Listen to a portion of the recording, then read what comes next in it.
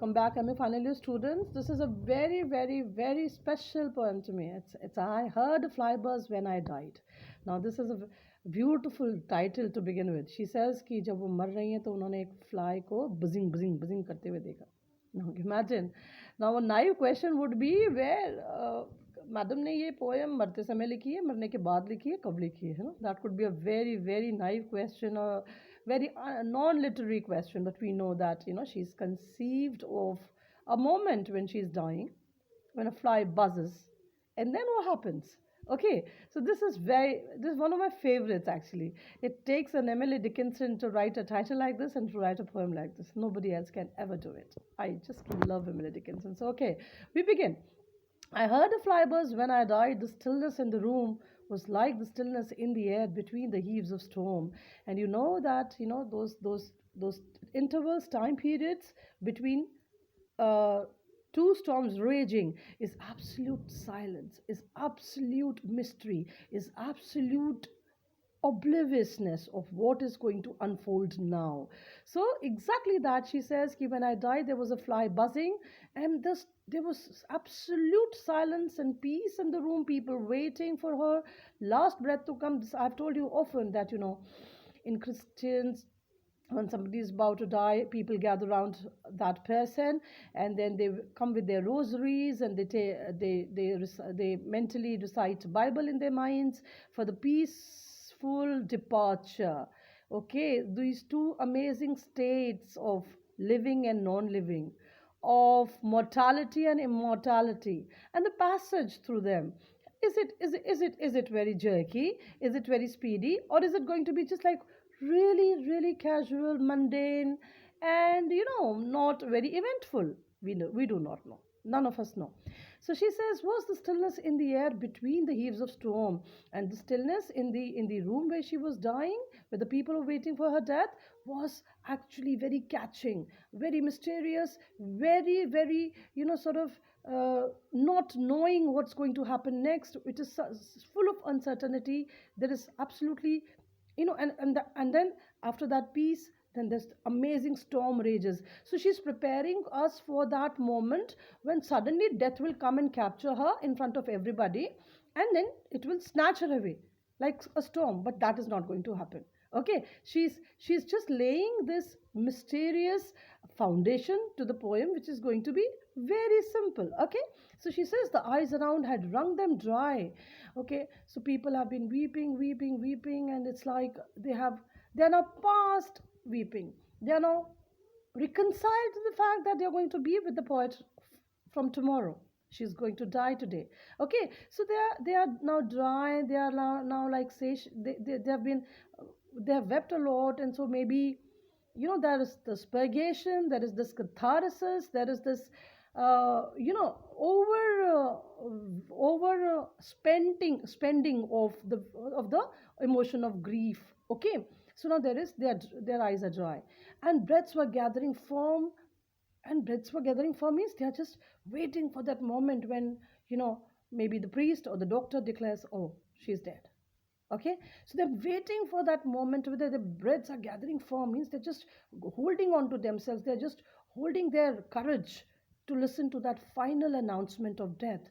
And the last onset when the king be witnessed in the room, and the king now only Emily Dickinson can call death a king. तो कहती हैं कि उस king के इंतजार में everybody is just frozen, everybody is just expectant, everybody is just imagining what is going to happen now.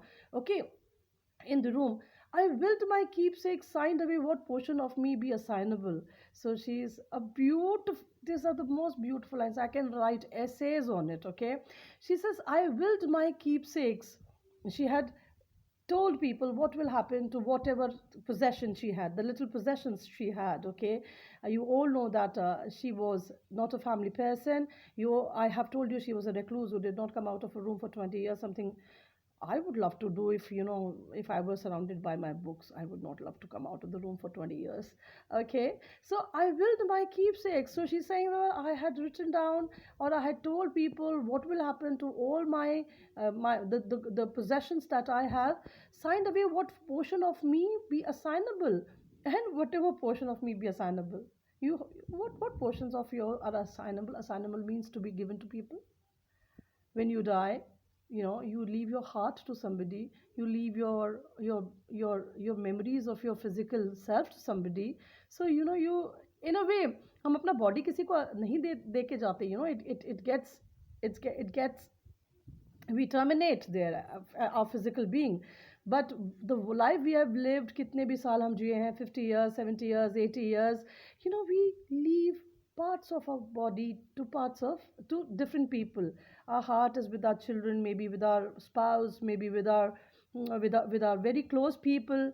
Our physical memories of being either vibrant or being morons or being whatever, we just leave it to the people behind. Okay, so she says, whatever I had to give, I have given away. And and then it was that there interposed a fly. And imagine this, I can't call it, I do not know what to call this in English, to be honest. It's anticlimax or whatever, that everybody is waiting for the death to come with their hearts, their hearts actually almost stopping to pound, and suddenly this fly comes, interpose, she intercepts the entire process with blue uncertain stumbling buzz. And now listen, her buzz, her voice has been called blue. Very great meaning to it. Blue is the color, of blue and black and gray are the colors. We're not talking of sky blue, we're talking of deep blues. Okay, so these blues are, Prussian blues are, and these are the colors of mourning, these are the colors of, you know bordering upon purple, where in which Christ was crucified, in the color with the Christ was, our great Christ was crucified. So basically all that is blue. Blue is the sky. The blue is the boundary between these two states of mortality and immortality, where the transition is taking place, where she is now becoming from mortal to an immortal, from a living being to a dead person. Okay, with blue uncertain stumbling bars between the light and me, and between the light is, between the light of God maybe and her. Suddenly this, death is leading you to the Almighty, and suddenly this little fly comes and buzzes and disturbs that moment of transition. Okay, between the light and me. And then the windows failed, and then I could not see. And then she says, I just heard that fly buzz somewhere or the other. The bodily self was leaving itself, the mind was getting connected to the Almighty, the soul was getting connected to the oversoul, and suddenly this fly comes and intercepts it, my transition in the middle. Beautiful poem, beta. um, as much can be written about it as is possible.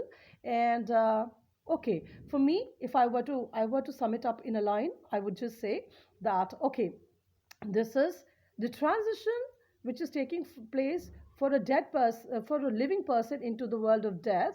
The transition of going from the living world to the world of dead is a serious one, is an eventful one.